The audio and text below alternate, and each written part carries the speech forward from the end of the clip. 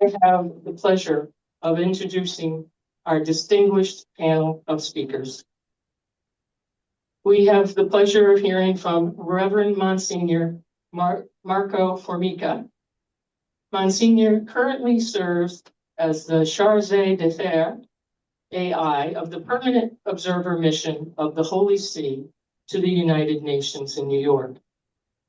Monsignor oversees the mission's diplomatic engagement with the UN, with a particular focus on human rights, poverty eradication, and human development.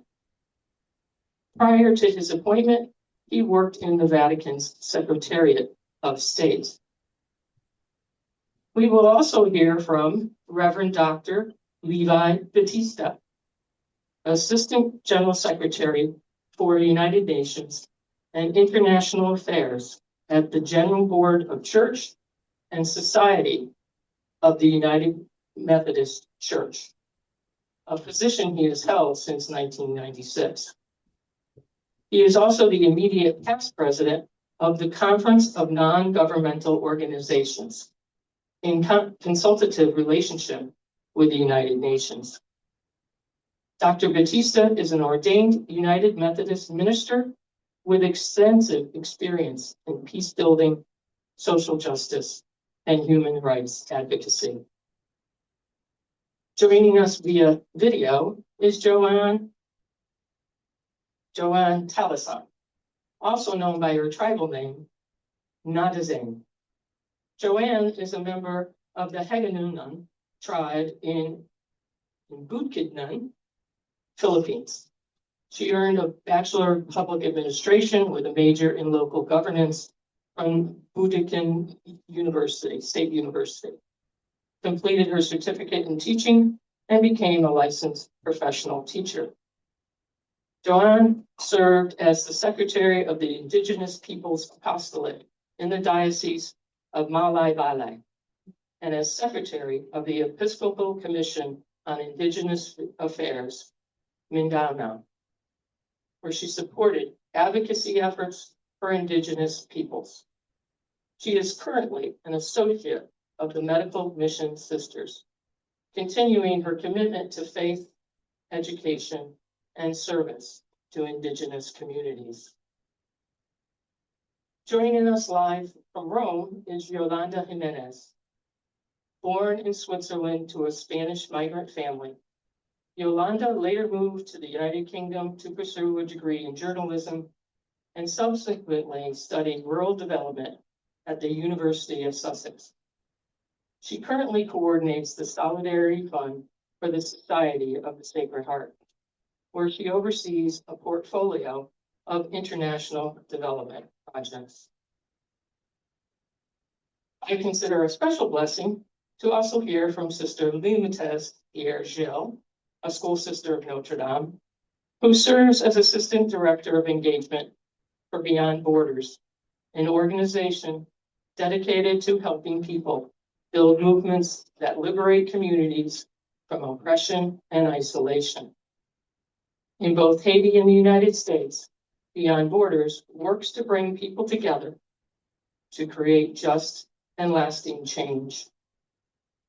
Originally from Haiti, Sister Limates holds bachelor's degrees in political science and religious studies, as well as a Master of Social Work and a Master of Arts in Women's and Gender Studies from Loyola University, Chicago.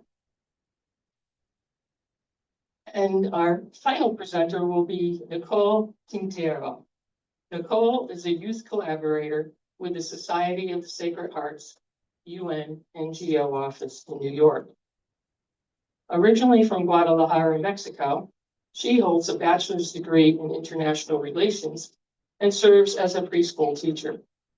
She is also the co-founder of Run with Christ, a youth-led movement that promotes community, faith, and healthy living through sports. Her work focuses on peacekeeping, building, youth engagement, education, and advancing human dignity by connecting global policy discussions with local action. Our moderator today and Sister Jane Castillo, a medical mission sister representing her congregation here at the United Nations in New York. And now I pass it over to you, Jane. Thank you, Joan. Good morning, good afternoon, and good evening to everyone joining us, whether here in person or online. Thank you for being part of this important and I hope engaging conversation during the high-level political forum on sustainable development. And thank you, Joan, for welcoming us and sharing the overview and objectives of today's event. To build on what she has already shared, I would like to offer three brief points to help set the broader context of our gathering today. First, for those who may be attending an HLPF event for the first time, especially those joining us online, the United Nations is currently holding the high-level political forum on sustainable development, which began on Tuesday and will conclude next week. So for some of us here who have been attending HLPF, this is our fourth day of listening, engaging, and organizing parallel events. And I thank you for being with us here on the fourth day. The HLPF is the UN's central platform for reviewing progress on the 2030 Agenda for Sustainable Development and the Sustainable Development Goals. One of the forum's key features is the Voluntary National Review, or VNR, where member states share their progress, challenges, and commitments to accelerate implementation of the SDGs. Civil society plays an important role.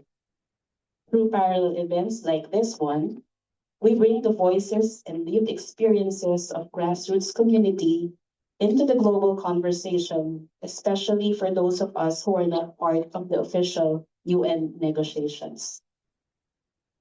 Second, today's presentations will explore our theme, Communities of Hope, Advancing Human Dignity and Development for Sustainable Futures. Our speakers will offer perspective ranging from international policy to the lived experiences of religious congregations, associates, collaborators, and grassroots communities. The order of our speaker is intentional. It's not because of the gender, male comes first, because they will reflect a unique perspective and contribution each brings to our conversation. And third, although our speaker or each speaker comes from a different context, we invited them to reflect on three common questions. First, what concrete actions are advancing the SDGs? Second, what challenges continue to hinder progress, especially for vulnerable communities? And third, what signs of hope, that's our theme, inspire us as we journey toward 2030? So I invite you to listen with openness and curiosity. Following the presentations, there will be time for comments and questions. With that, let us begin with an opening remark. It is my pleasure to introduce Monsignor Marco Formica, who will bring the perspective of the Holy See to today's conversation. Monsignor, the floor is yours.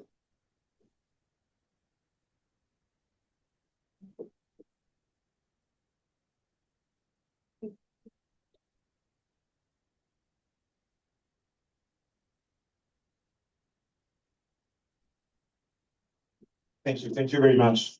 I'm really glad to be here.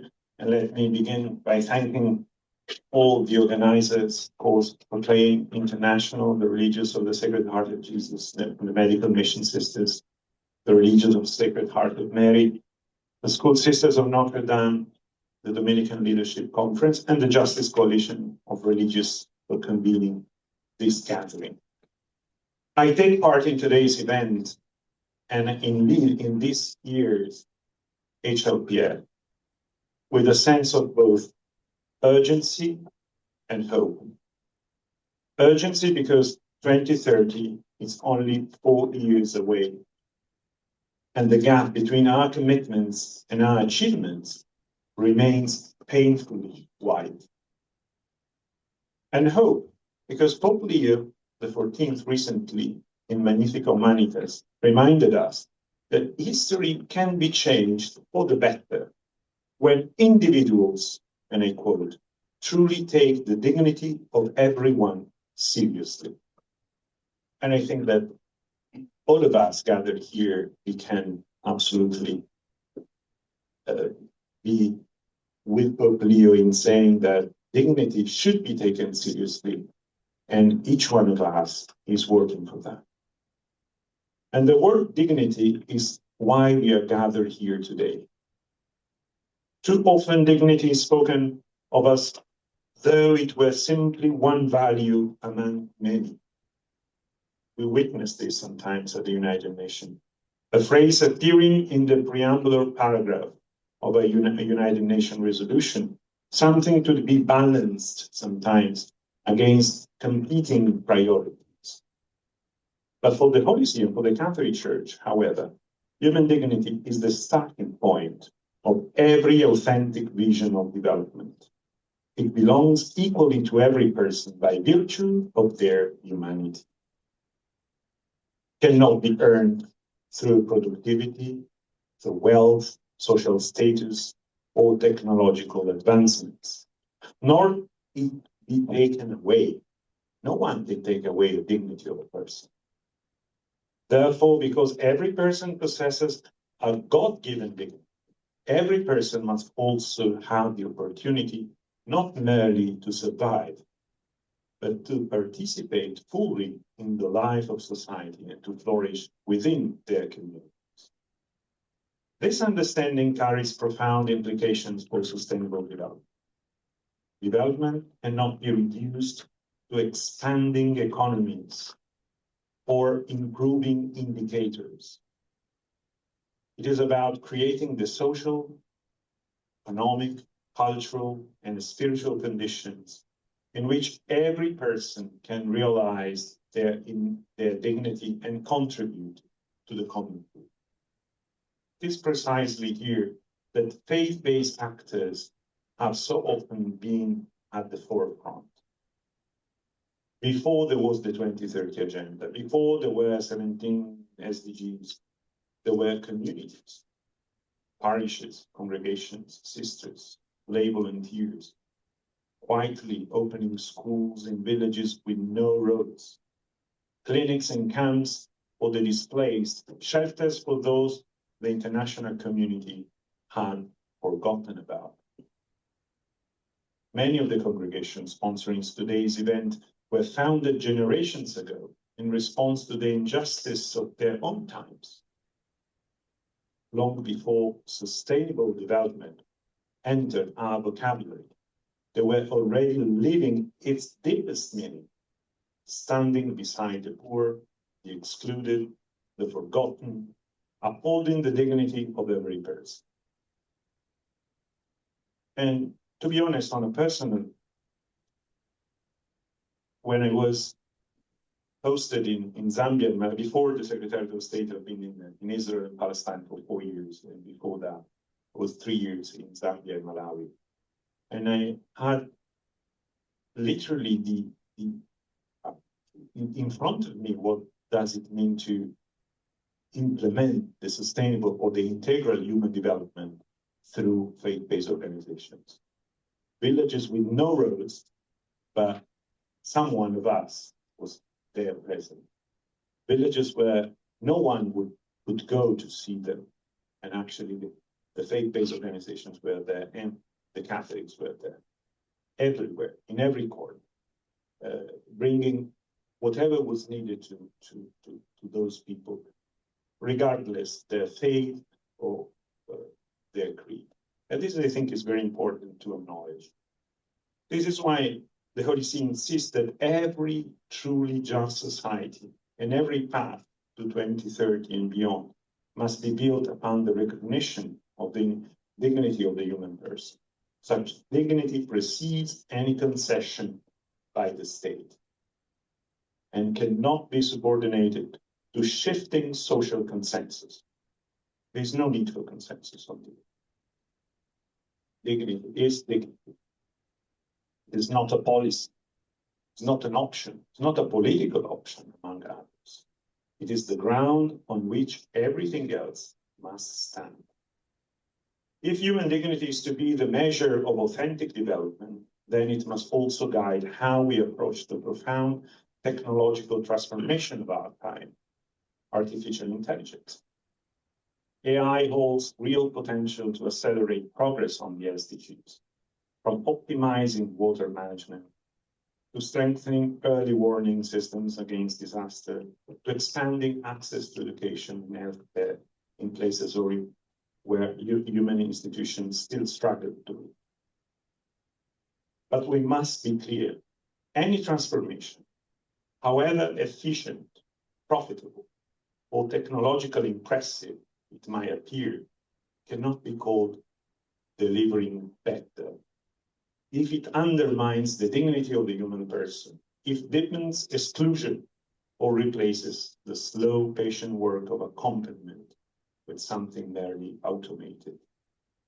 The true measure of any innovation, artificial intelligence included, is not its sophistication, but whether it is placed at the service of the human person and the human dignity, particularly the poor and those in vulnerable situations. And allow me to end with some words of Pope Leo XIV at his address to the World Food Programme. Lasting peace and integral, sustainable and human development are possible only through the participation of all, fostered by genuine international dialogue and cooperation, oriented toward the common good. Such an approach requires a firm political will, capable of transcending short-term perspectives and investing in global public goods. The call to walk together in fraternal harmony must become the guiding principle. Thank you.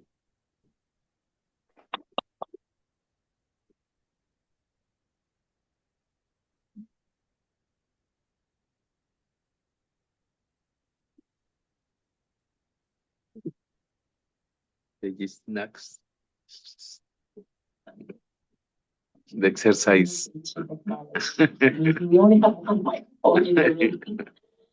Thank you so much, Monsignor Farmita, for your thoughtful and inspiring reflections, for highlighting the contrast of urgency and hope, and for reminding everyone that dignity should be taken seriously.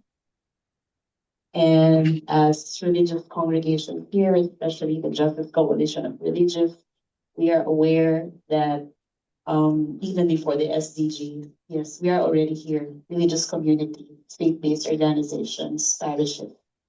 And in fact, we were founded to respond to the injustice. Thank you for reminding us again the message of Pope Leo. We feel that Pope Leo is here with us. And we understand that you have a commitment and will need to leave around 10 o'clock. So, but anyway, we're delighted that you are able to stay with us until then. And thank you for taking this time to be with us. Thank you. We continue with our first speaker, Reverend Dr. Levi Bautista of the United Methodist Church. I heard just before our event that this is his fourth opportunity to talk. So thank you, Levi. Levi will invite us to reflect on one of the defining challenges of our time. We will begin with challenge. How do we sustain ethical and transformative multilateral cooperation in a world increasingly marked by fear, fragmentation, and division? Levi, the floor is yours. Thank you, Sister Jane. Excellency, colleagues, ladies and gentlemen, good morning, good afternoon, good evening. Thank you to the organizers for convening this timely conversation on communities of hope, advancing human dignity and development for sustainable futures. I will contribute to this discussion from the lens of a Christian social and political ethicist and a full-time representative of the United Methodist Church here at the United Nations. At a time when much of our public discourse seems saturated with anxiety, uncertainty, and division, I am grateful that you have chosen to organize a conversation about hope. Some may even accuse us of being hopeless romantics for injecting hope into an anxious world. I confess that I am happy to join that company. Hopeless romantics. So allow me to invite you for the next few minutes to imagine with me a future in the present tense. That may sound like a contradiction, yet much of our work in the United Nations, in civil society, and in communities of faith depends precisely on this capacity. We live amid the present tensions of our time: war and displacement, widening inequalities, lingering historic injustices of slavery, colonialism, and racism, ecological degradation, technological uncertainty, and growing fragmentation. Yet we are called at the same time to orient our vision toward futures that are both visible and viable. Futures shaped by human dignity, sustainable development, and shared flourishing. I am especially drawn to the title of this event and its use of the word futures in the plural, not future, futures. That choice matters because no individual, no nation, no institution, and no tradition possesses a monopoly on what the future should look like. None has a franchise on hope. The future is not something handed down by the powerful. It is something imagined, negotiated, interrogated, built together. The language of hope and the language of futures therefore share a common invitation. They call us into the collective exercise of moral imagination about what makes for a just, a more peaceable, and a more sustainable world. Communities of hope help us hold these realities together. The Monsignor's example of Zambia, you said, are precisely what those communities of hope look like. The timing of this event is especially meaningful. In just 2 days, on Sunday, you may not have realized, for those who organized the event, the international community will observe the United Nations International Day of Hope. We know that that's on this Sunday.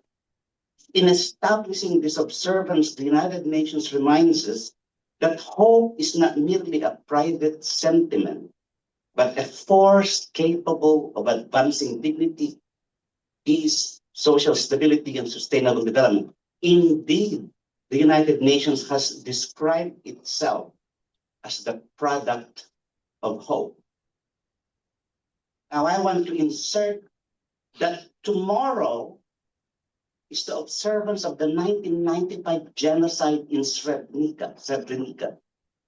To observe on a weekend fear and the following day hope is emblematic of the conversation that we have today. Hope, therefore, is not peripheral to the multilateral project. It is close to its heart, I might say. The United Nations emerged from humanity's determination that war, devastation, and fear should no longer define our future. That the scourge of war should no longer visit us. Hope is among United Nations animating purposes. And it is in that spirit that I would like to begin with the lesson I continue to learn from people experiencing forced migration. Much of my work has involved creating platforms for refugees, displaced peoples, and communities uprooted by conflict, persecution, environmental degradation, and economic necessity, giving them a platform to speak their own voice. Not any one of us is speaking on their behalf, creating the platforms where they themselves can speak their voice. One quickly discovers that hope For people in forced movement is rarely an abstraction. Hope does not recover the passport they left behind. Hope does not reunite a parent with a child separated by war. Hope does not erase trauma. Hope does not instantly provide protection, livelihood, housing, or belonging. And yet, the displaced people continue to hope. What amazes me is not simply their resilience. What's more amazing is their moral orientation. It is their determination to anchor their breath, their being, and their future to hope, even when circumstances seem determined to deny their dignity. One of the lessons forced migration teaches us is that human dignity often survives long before even development arrives. People continue to imagine futures for themselves and their children, even when the path ahead remains uncertain. For some, the hope is return to home. For others, it is the possibility of rebirth, rebuilding life in countries of transit and of destination. Development worthy of the name begins there. It begins with the recognition and protection of human dignity. Communities of hope emerge wherever people refuse to surrender their dignity to conditions that deny it. That experience has led me to a conviction. Hope cannot merely be the ceiling we seek to reach. Hope must also be the floor from which we begin. Too often we speak about hope as a distant horizon, but when hope remains permanently deferred, its very unreachability can become a source of fear. Hope must be accessible. Hope must be tangible. Hope must be lived. In the United Methodist Wesleyan understanding of grace, God's action is not merely a destination awaiting humanity at the end of the journey. Grace is already at work, preparing the way and opening possibilities where none previously seemed to exist. Hope functions in much the same way. It is not only the horizon that beckons us forward, it is also the ground beneath our feet that enables us to move at all. Perhaps this is one of the lessons we must learn again regarding sustainable development. The SDGs were never intended to be merely a collection of targets and indicators. They were intended to advance human dignity through development and thereby create the conditions for sustainable future. This year, as HLPF reviews Sustainable Cities and Communities and Partnership for the Goal 11 and 17, I am reminded that both are at their heart questions of hope. Communities cannot be sustainable if people are denied dignity, participation, belonging, and opportunity. And partnerships cannot flourish where fear, fragmentation, and exclusion prevail. One reason implementation gaps persist is that we have learned to count the goals while becoming less adept at encountering and counting the people they represent. We're counting the goals. We're not counting the people that the goals are missing. When goals become detached from lived realities, they risk becoming fossilized. Sustainable development is ultimately about creating conditions in which human dignity can flourish. Yet dignity, while inherent in every human person, does not protect itself. It requires protection through institutions, laws, norms, and regimes of human rights. Hope, therefore, is not sustained by aspiration alone. It also requires institutions capable of safeguarding dignity and advancing rights. It is precisely because SDGs are ultimately about people that I have come to believe that we live in a world in deficit of hope and in excess of fear. Fear generated by poverty and inequality, fear generated by conflict and displacement, fear generated by lingering historical injustices, fear generated by ecological degradation, fear generated by technological change, whose ethical consequences remain uncertain. The AI that the Monsignor spoke about. And here I'm reminded of the magnificent latest encyclical of Pope Leo, Magnificat Humanum. Yet fear today is more than an emotion. It is increasingly becoming a governing narrative.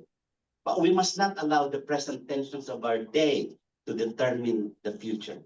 Hope begins with a refusal to make that concession.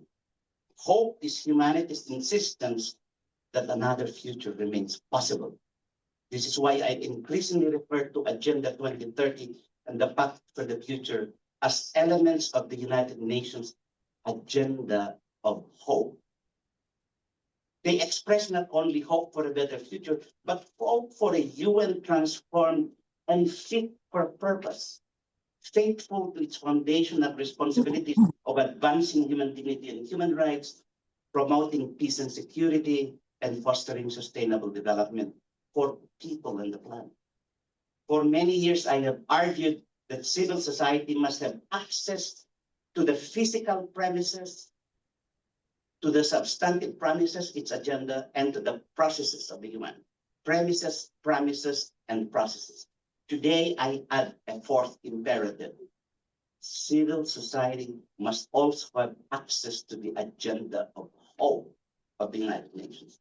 Because hope belongs not only to governments, it belongs to peoples. Yet aspirations do not advance themselves.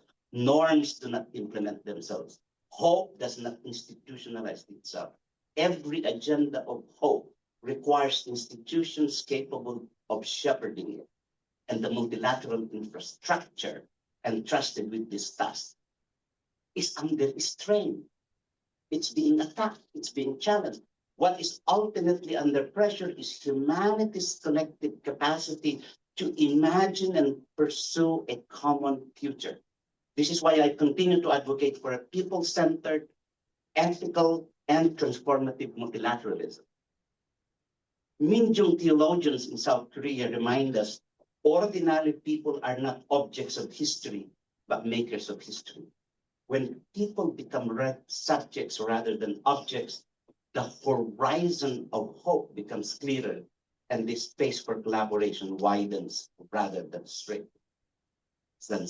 Let me end with a quote from a reference of a common friend. Bob and I are good friends with Dr. Lester Edwin Ruiz, who has challenged us to distinguish what is fundamentally new and fundamentally better. The question is especially important in an age of artificial intelligence. The issue is not whether AI is fundamentally new. It clearly is. The deeper question is whether it contributes to fundamentally better. People must remain before technology. Human dignity must remain before efficiency. Ethics must remain before capability. My time is up. I'd be happy to share my longer text. Thank you.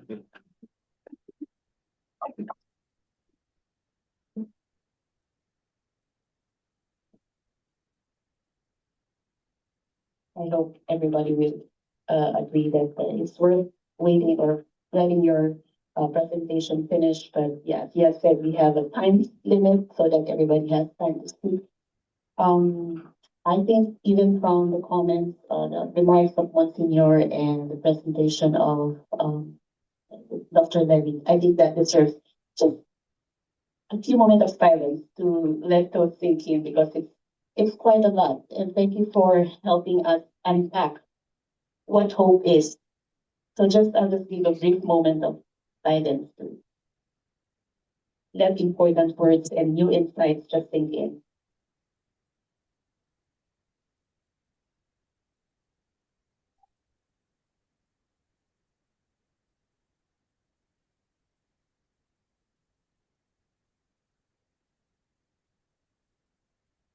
Again, thank you, Levy, for reminding us that sustainable development depends not only on effective institutions, but on ethical, moral, and spiritual leadership. And I have two key takeaways. Future as present tense. Fear is not the final future. And a reminder that on Sunday is International Day of Hope. That's good to know. We didn't know that.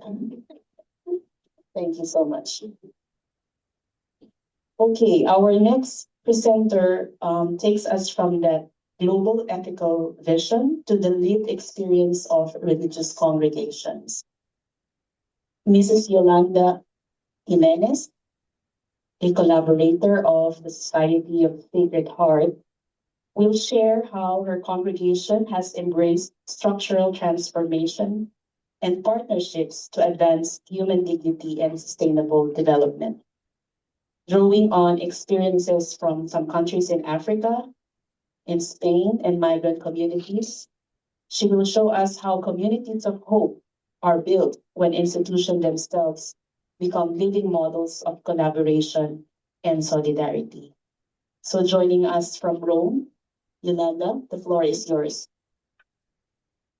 Thank you very much for the invitation, and thank you very much to the organizers. I've titled the presentation Artisans of Hopes, adapting it from a publication of the Society of the Sacred Heart on Justice, Peace and Integrity of Creation, GPIC. I've intentionally added an S to the word hope from the original title. While hope is a vital feeling of optimism, the plural hopes represent the concrete, tangible aspirations for dignity held by the communities we accompany. But this plural also represent the prophetic hopes held by those who walk alongside these communities.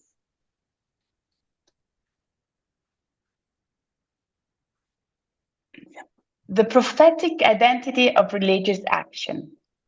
As I reviewed the concept note for today's event, I was drawn to the priority, I quote, multi-stakeholder cooperation for sustainable futures. In a historical moment where global powers seem to struggle to find common ground, religious congregations, faith-based organizations offer a model of multicultural and multi-stakeholder collaboration. This isn't just a strategy, it's their prophetic identity.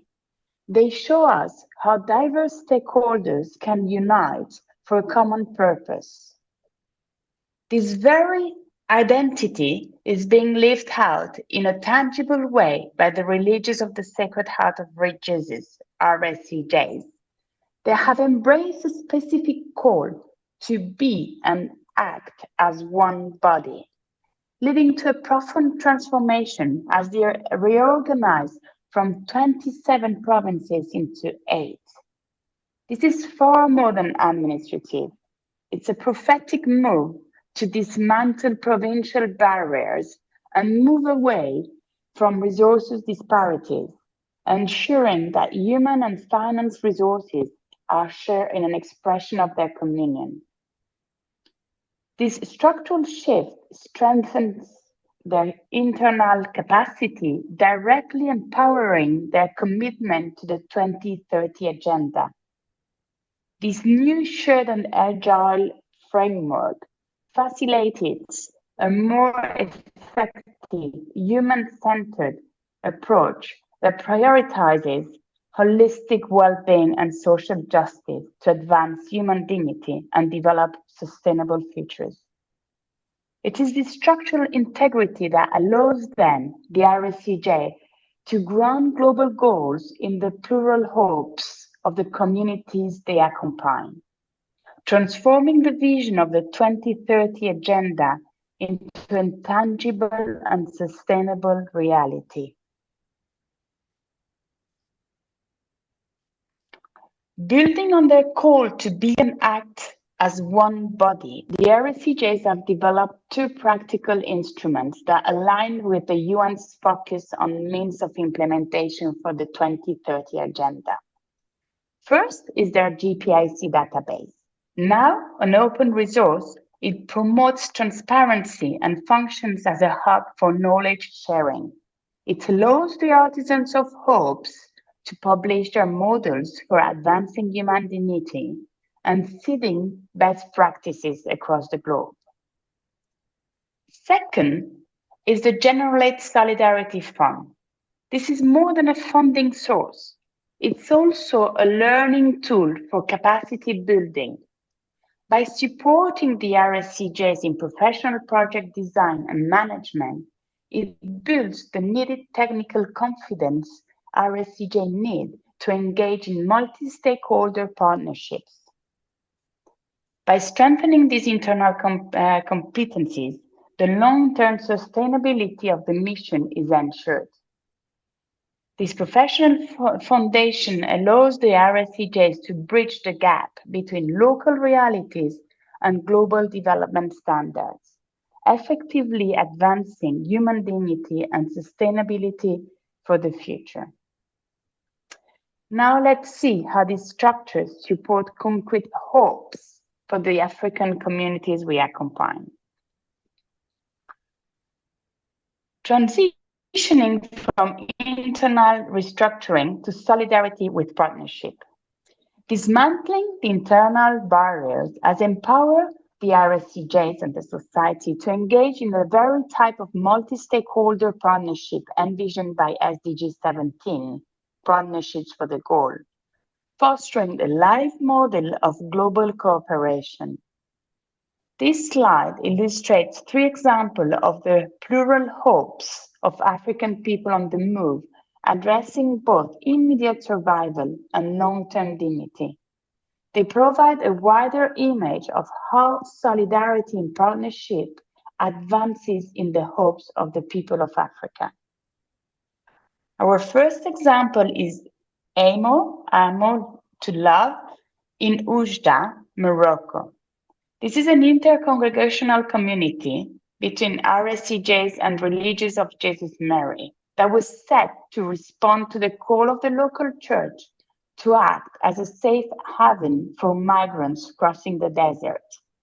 This isn't just about responding to basic needs and healthcare. It's a space for intercultural encounter where to build mutual respect and restore the dignity displacement often strips away. As the journey continues into Europe, the partnership model evolves. In El Ejido, southern Spain, the project Bantaba serves newly arrived migrants working and living in extreme poverty in agricultural fields. While the project is led by RSCJ, the migrants' accompaniment is truly a multi-stakeholder model. It relies on youth volunteers for intensive language courses, works with lawyers' associations for legalization procedures, and coordinates with the Jesuit Refugee Service and the local diocese for accommodation. Finally, the third example, Puente Esperanza in Madrid. This is an inter-congregational association that focuses on a later stage of the journey. They accompany migrants who have moved past the initial arrival and are pursuing socioeconomic integration. Here, multilateral model of accompaniment moves into vocational training, providing the professional tools needed for these individuals to integrate fully and contribute to their new hopes. Together, these examples prove that moving beyond unilateral action creates a sustainable ecosystem of support. We show that hopes are not just about survival, but about a future of full participation.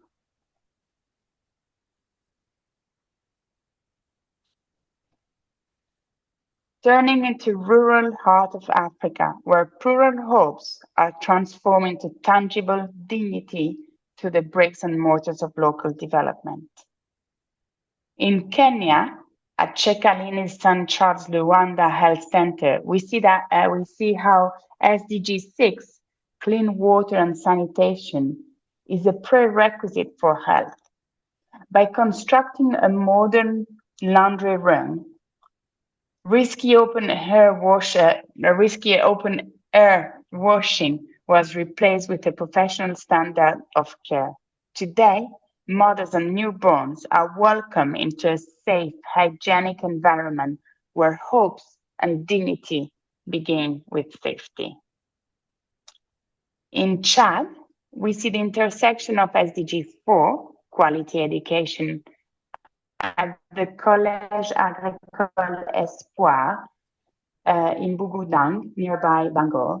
The construction of a library and an onion storage room provides the infrastructure for both theoretical and practical learning, ensuring rural youth gain the literacy and vocational tools to build their future in dignity.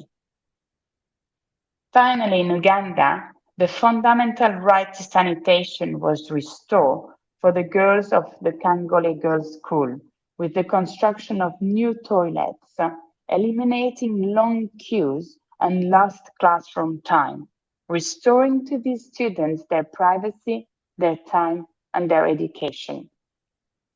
These projects show that the Society of the Sacred Heart mission is inseparable from the pursuit of social justice and dignity.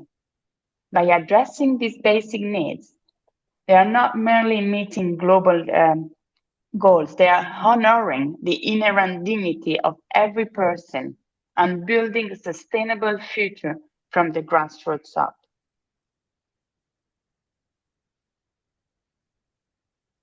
As we conclude, we return to the heart of this journey, the transition from an internal prophetic identity to a global lived model of human dignity.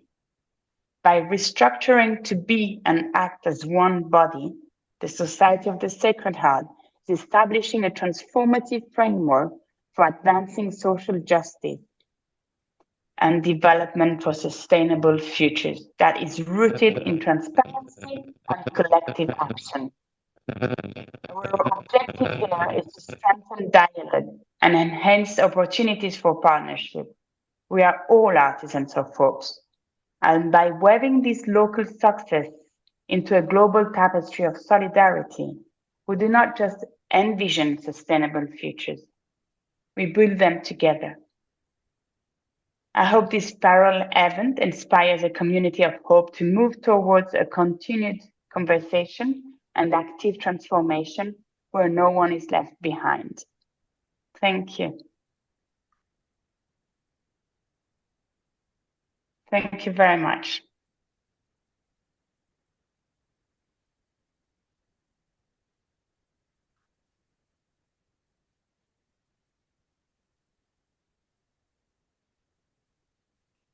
To align with the Agenda 2030 in keeping, or should I say, in deepening the call and charism of the congregation and how this restructuring translates to the involvements and the kind of governance. We know that change is not easy, but I would say, congratulate the community and for your commitment to make the mission and the charism relevant in today's context. Thank you, Yolanda. Our next speaker is Sister Limited of the School Sisters of Notre Dame. She now takes us to Haiti, where hope is nurtured through the daily accompaniment of vulnerable communities. Drawing from her congregation's ministry through Beyond Borders, she will share how addressing poverty, preventing violence, and developing local leaders contribute to human dignity and sustainable development. Sister Limited.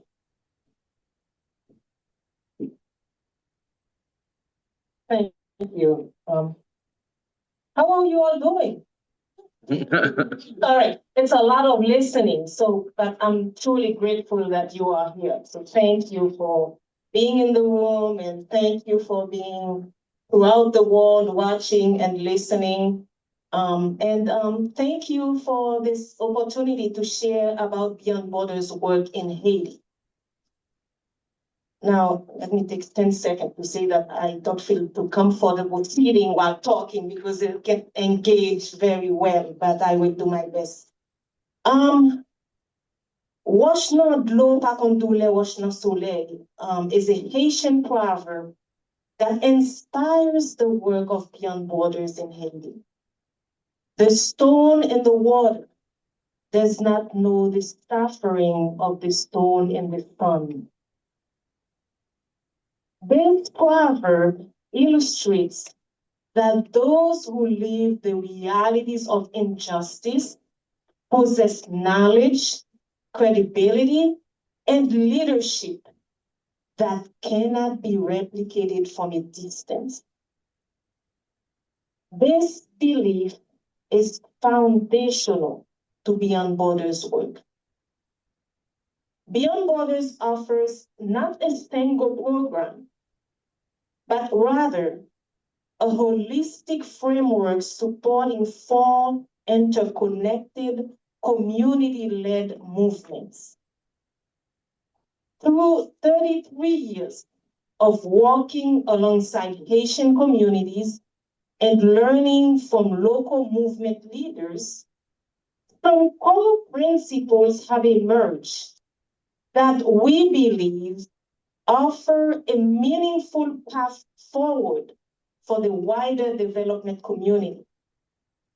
First, strategy must be fully inclusive and genuinely citizen-led. Second, interventions must be as interconnected as the problems themselves. Third, we must commit to the long course of implementation. Injustices that took centuries to construct cannot be dismantled in a single season. Fourth, an inclusive, relational, and culturally appropriate approach is non-negotiable. Lasting change requires trust built from within through Haitian language, culture, and community traditions like Combit, the Haitian tradition of communal labor, and the Lakou, Haiti's multi-generational system of shared protection and mutual aid. Finally, the goal must always be fostering collective agency, self-determination, and authentic community ownership, not holding power or creating dependency. We see promising evidence of what is possible when these principles are put into practice, directly aligning with our shared goals. Approaches like our 24-month family graduation model directly advance Sustainable Development Goals 1, no poverty, and 2, zero hunger, by showing that when those facing extreme poverty are accompanied and supported by housing, productive assets, and a social safety net, the economic desperation that drives child servitude begins to lift. Child protection brigades and survivor groups have organically evolved into neighborhood safety nets, supporting children to escape servitude and reunite with families where they are loved and educated. And as these local groups connect with others across the country, their advocacy strengthens child protection systems and influences policy from the grassroots upward. Advancing Sustainable Development Goal 16 is justice and strong institutions, ending abuse, exploitation, trafficking, and violence against children, target 16.2, while building effective, accountable institutions, target 16.6. Under Sustainable Development Goal 5, gender equality, community activists and movement leaders use evidence-based methodology to engage all sectors of local society to challenge harmful norms, reduce intimate partner violence, and create communities where women and girls live free from violence and are embraced as leaders. Even as this progress is taking place, this work is unfolding in one of the world's most challenging environments, where driving factors are continuously evolving. And as you well know, I'm assuming that you well know that, in Haiti today, political instability and gang violence have created unprecedented insecurity and displacement within the country. Gangs are using systematic, weaponized sexual violence against women and girls, while children represent an estimated 30 to 50% of gang involvement, trafficked and exploited through forced labor, conflict, domestic servitude, and sexual violence. Displaced families fleeing violence have lost livelihoods, housing, and support networks. Now stop and think about that. Doesn't it make your heart want to cry? Think about it. This is the world. And climate-related shocks, deepening food insecurity, and rising costs of basic goods and transportation are intensifying pressures.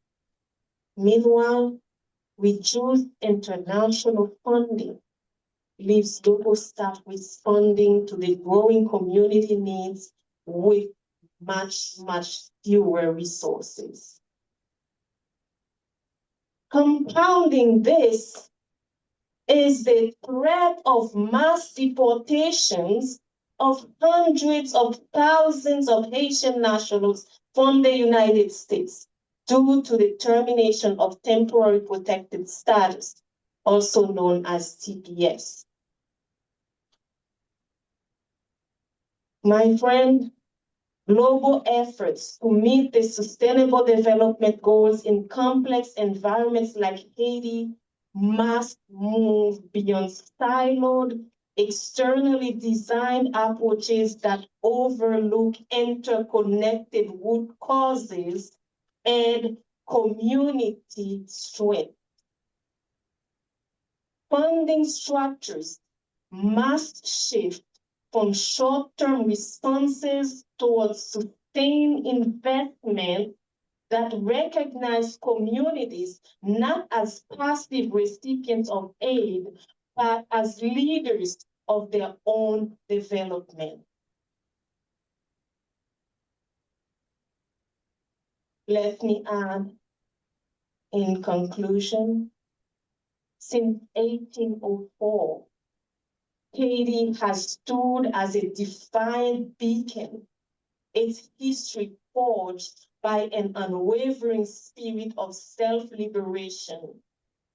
Achieving the sustainable development goals in this complex landscape calls us to honor that living legacy, not by creating solutions for communities, but by standing alongside the movements already building them. Now, I invite you to learn more about Beyond Borders' work in Haiti by visiting our website or reaching out to us. Thank you so very much. Merci en pile.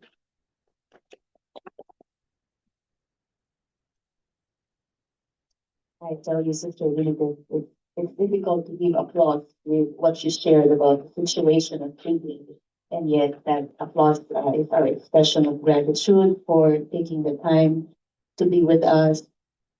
Some of the things you shared about Haiti are not new to us, but having you heard, you were Haitian and being with the Beyond Borders for so many years, it really makes a difference to hear that, and we continue to advocate for Haiti. In fact, Justice Coalition of Religious has an active involvement with advocacy for Haiti. Thank you so much, and thank you for giving us the faces of people. And behind those faces are stories of um, fear and discouragement, as well as stories of hope. Thank you so much. And thank you for your patience, dear people. Yeah, let us hear from Monsignor Marco.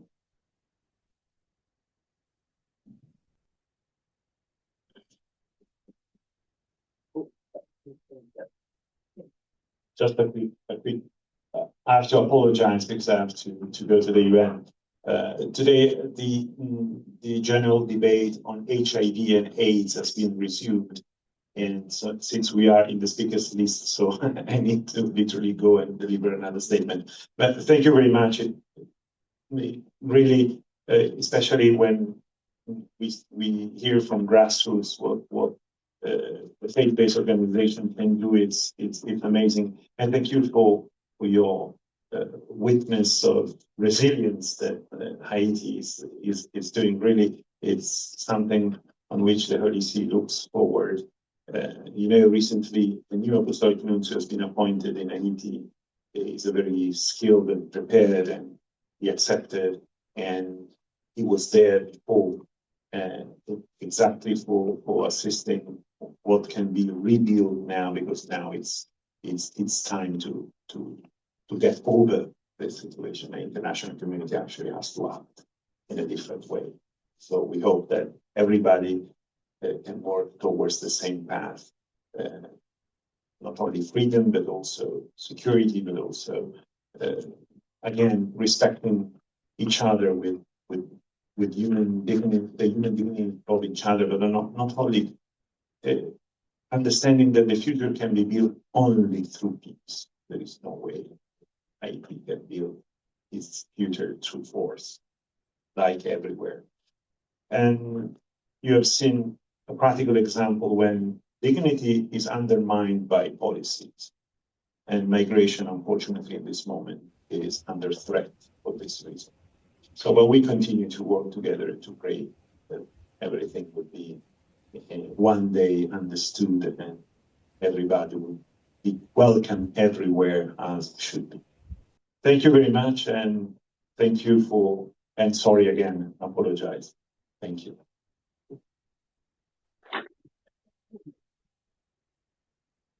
Thank you, Monsignor, and we wish you well for your intervention.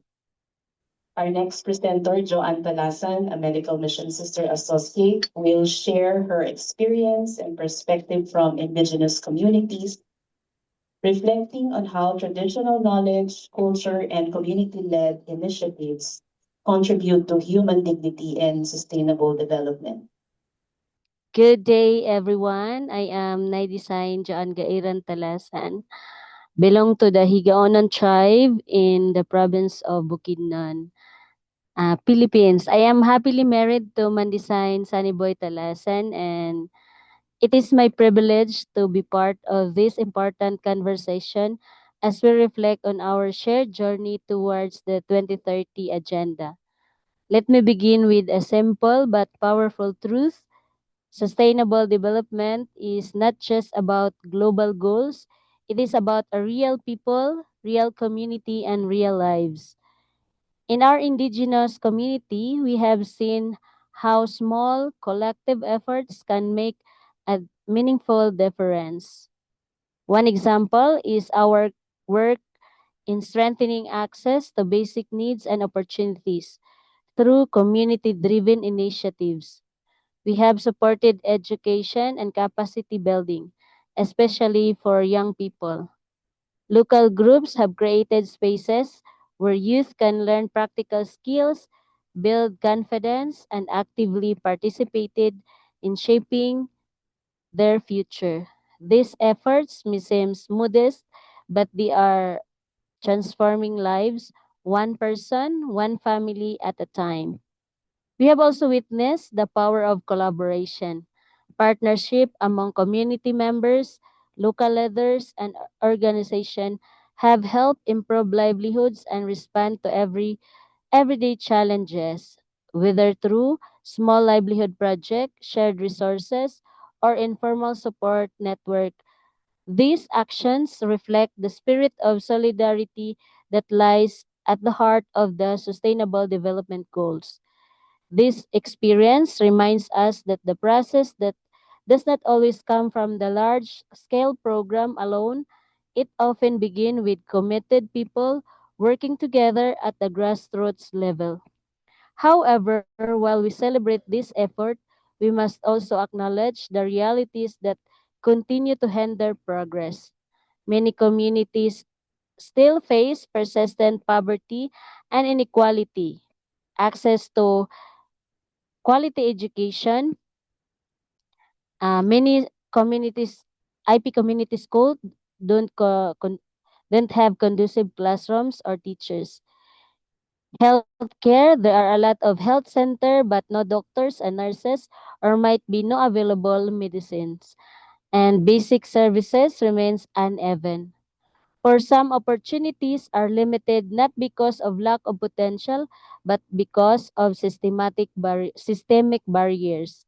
We also see the growing challenges brought about by environmental challenges, like climate emergency, economic pressure, fastest climbing of inflation rates, and social inclusion like discrimination of IPs and poverty. Vulnerability groups, including women, youth, and marginalized communities, are often the most affected, yet their voice are not always heard in decision-making process. In addition, gaps in policies and resources can slow down implementation. Even solutions exist, they are not always inclusive or accessible to those who need them most. These realities reminds us that achieving the SDGs is not simply a technical task, it is a matter of justice, inclusion, and sustained commitment. And yet, despite these challenges, there are strong reasons of hope. We see hope in the resilience of the indigenous communities that continue to adopt and support one another in difficult times. We see it in the creativity of young people who are taking initiative, leading projects, and finding new ways to address old problems. We see hope in local knowledge, cultural values, and spiritual resources that keeps community grounded and united. These are often overlooked, yet they are essential in sustaining long-term change. We also see encouraging signs in emerging partnerships across sectors, generation, and even borders that are opening new pathways for cooperation and innovation. These are not just stories of survival, they are stories of transformation. As we look ahead to 2030, it is clear that we must act with greater urgency and intention. We need stronger collaboration between IP communities, governments, and organizations. We need policies that are not only well designed, but truly inclusive and responsive to those on the margins. And most importantly, we must ensure that the voice of the most vulnerable are heard, valued, and reflected in our action. This, this the lesson is clear. We are serious about leaving no one behind. Then we must place people, especially the most excluded, at the center of the development efforts. In closing, let us remember that the path of 2030 is not just about achieving targets, but about building communities that are hopeful, resilient, and sustainable. Each, uh, each of us has a role to play. Let us continue to listen, to learn, and to act together because real change happens when we move forward not alone but in solidarity. Thank you very much. May God bless us all. And thank you for reminding us that indigenous peoples are not just beneficiaries, but they are partners for sustainable futures. I hope you're also taking down notes. If you have questions or comments, we will have time for that. But before that, we will hear from our last speaker by a lady, beautiful lady beside me. It's a privilege to be sitting beside her.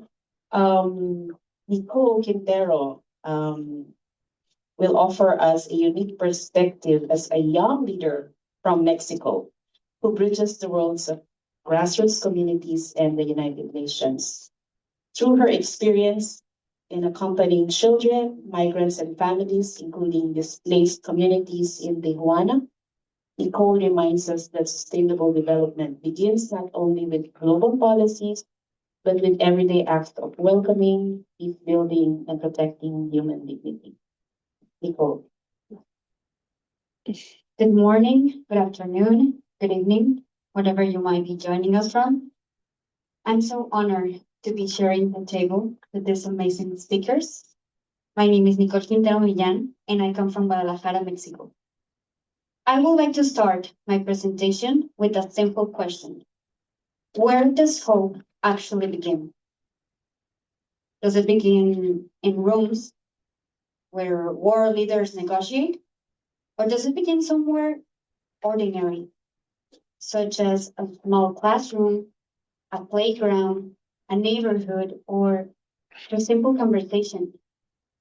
I am a youth collaborator with the Society of the Sacred Heart at the UN NGO office, a preschool teacher, the co-founder of Run with Christ Guadalajara, a youth movement that brings together fitness, faith, and community. And I also hold a degree in international relations. These roles allow me to stand in two different worlds. One, where global policies are discussed, and another, where people live their reality behind those policies every day. These realities have taught me one simple truth. Hope is not a simple idea.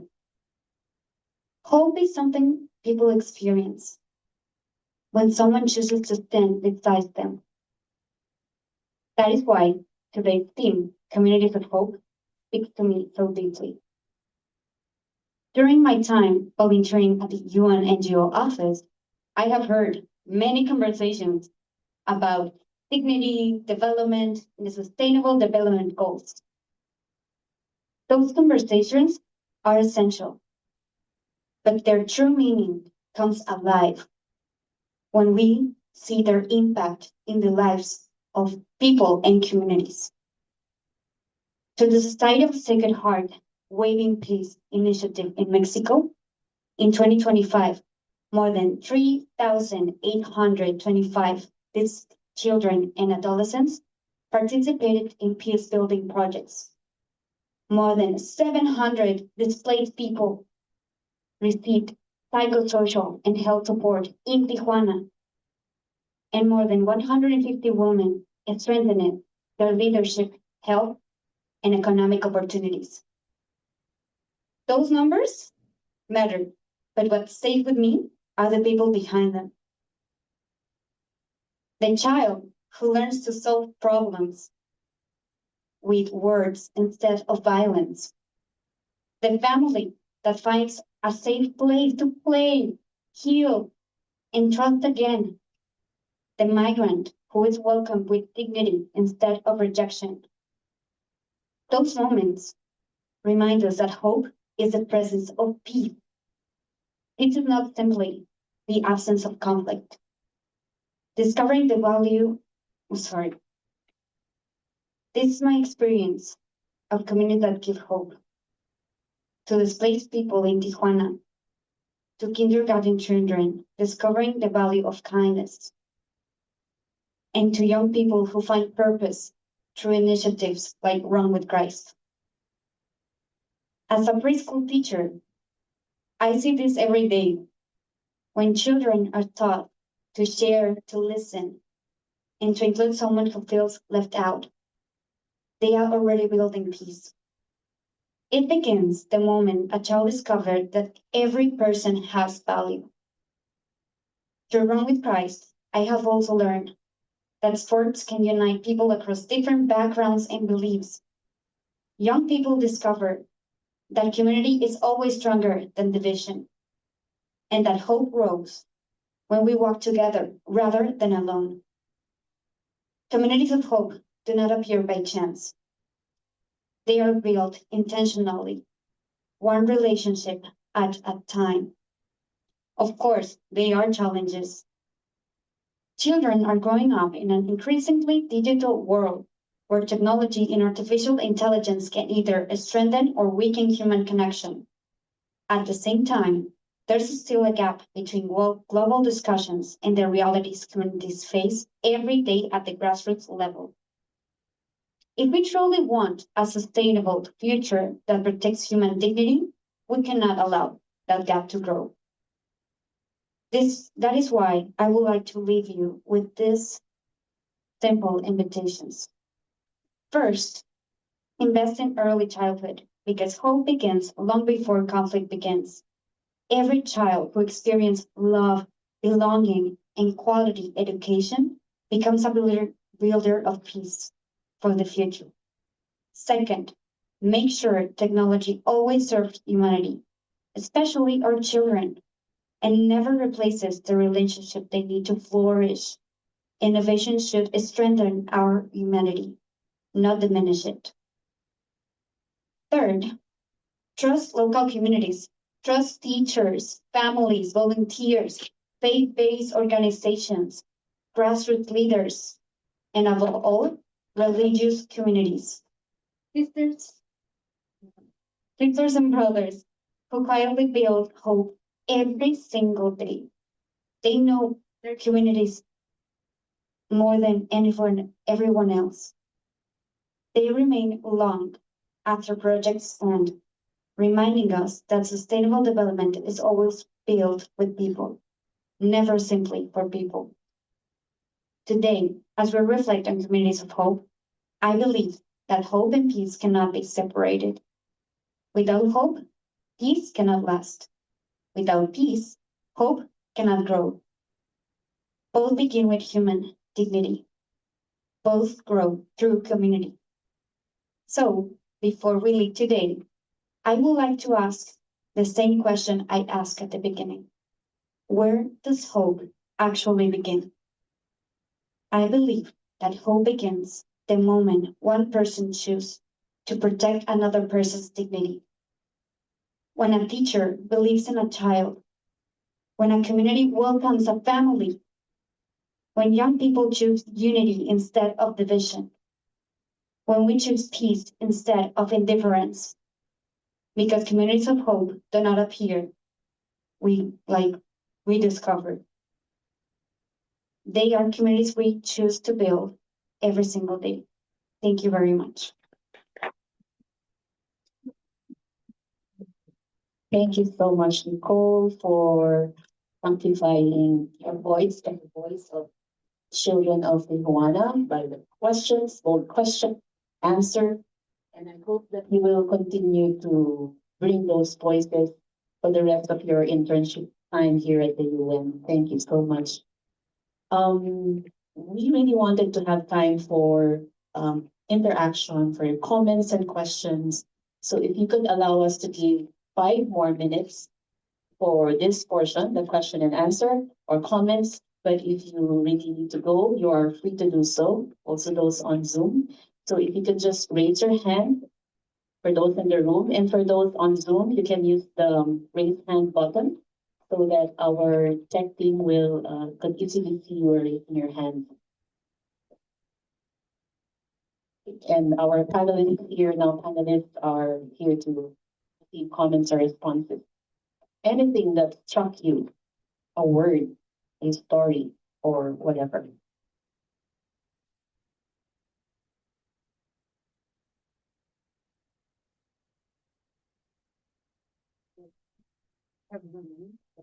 We have one online. Can you announce Mary Jo so that she Yes. Comment from Mary Jo. Yes, I'm here. Thank you, Jane. And I thank everyone. All I can say was a most remarkable combination of speakers, of presenters, and so enriching. I'm so grateful for who you are, what you're doing, and that you're sharing with us. Thank you so much.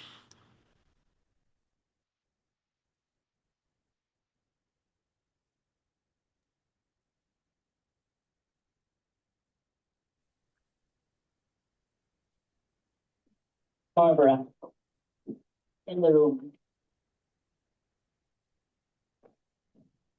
I just want to thank everybody for, I guess for bringing the notion of hope, making it come alive in so many different ways. I'm aware, I've been working with the Haiti group, the Justice Coalition of Religious, knowing the situation there, having heard stories, having been in touch with people, and yet the need for hope there and what's happening with Mexico and, you know, the whole idea of dignity and working with different people. So I appreciate this. I think there's a lot to think about. I almost wish I could have your words, your written words to reflect on, because I think there's great richness and much for us to help us move us forward in this direction. Thank you. Thank you, Barbara.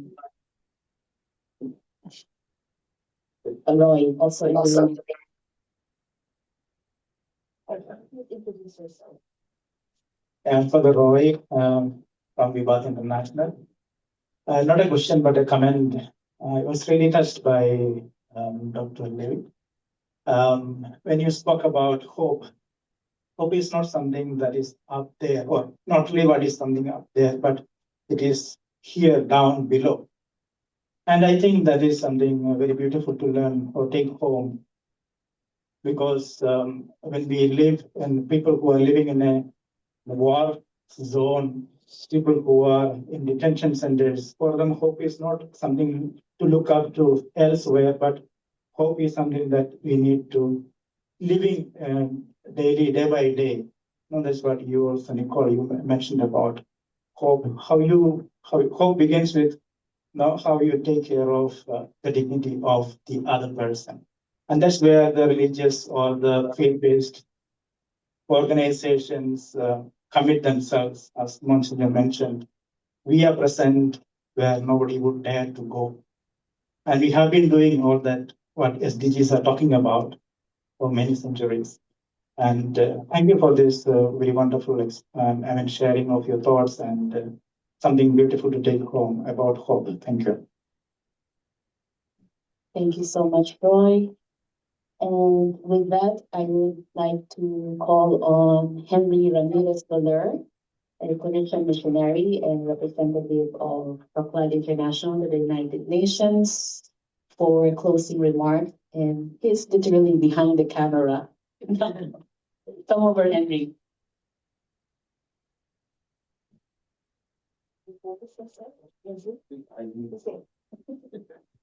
Yes. Okay.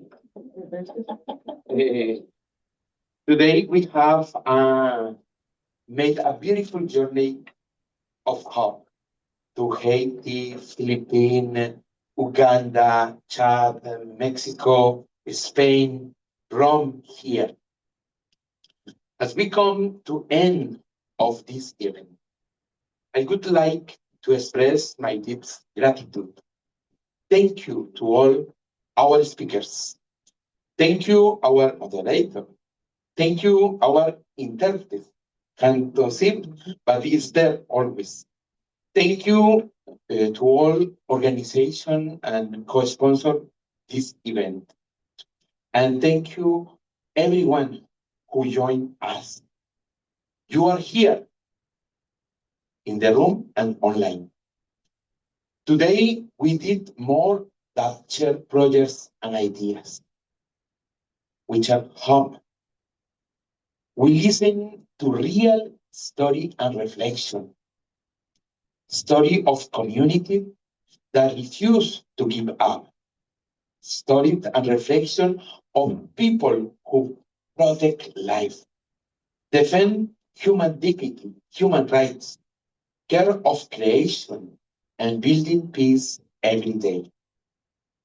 This story reminds us that sustainable development begins with people, begin in communities, begin with hope become action.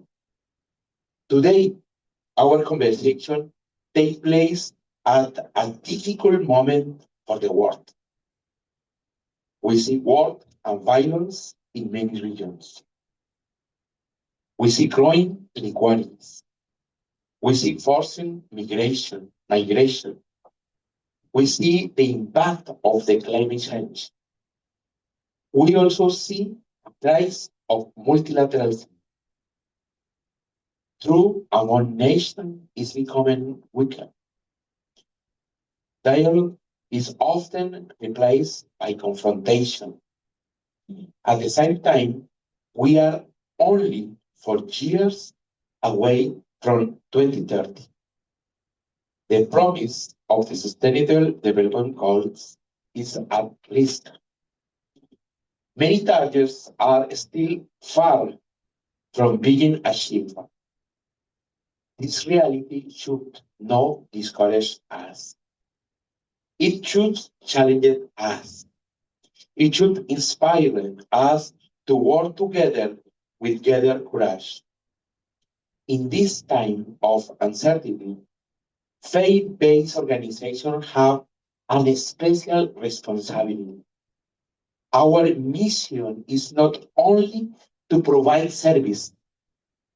Our mission is to be a prophetic voice. A voice to remind the world that every human person has dignity. A voice that defends the poor, the excluded, migrant, indigenous people, women, children, and future generations. A voice that calls for justice, peace, and care for our common home. But a prophetic voice is also a voice of hope. Hope is not optimism.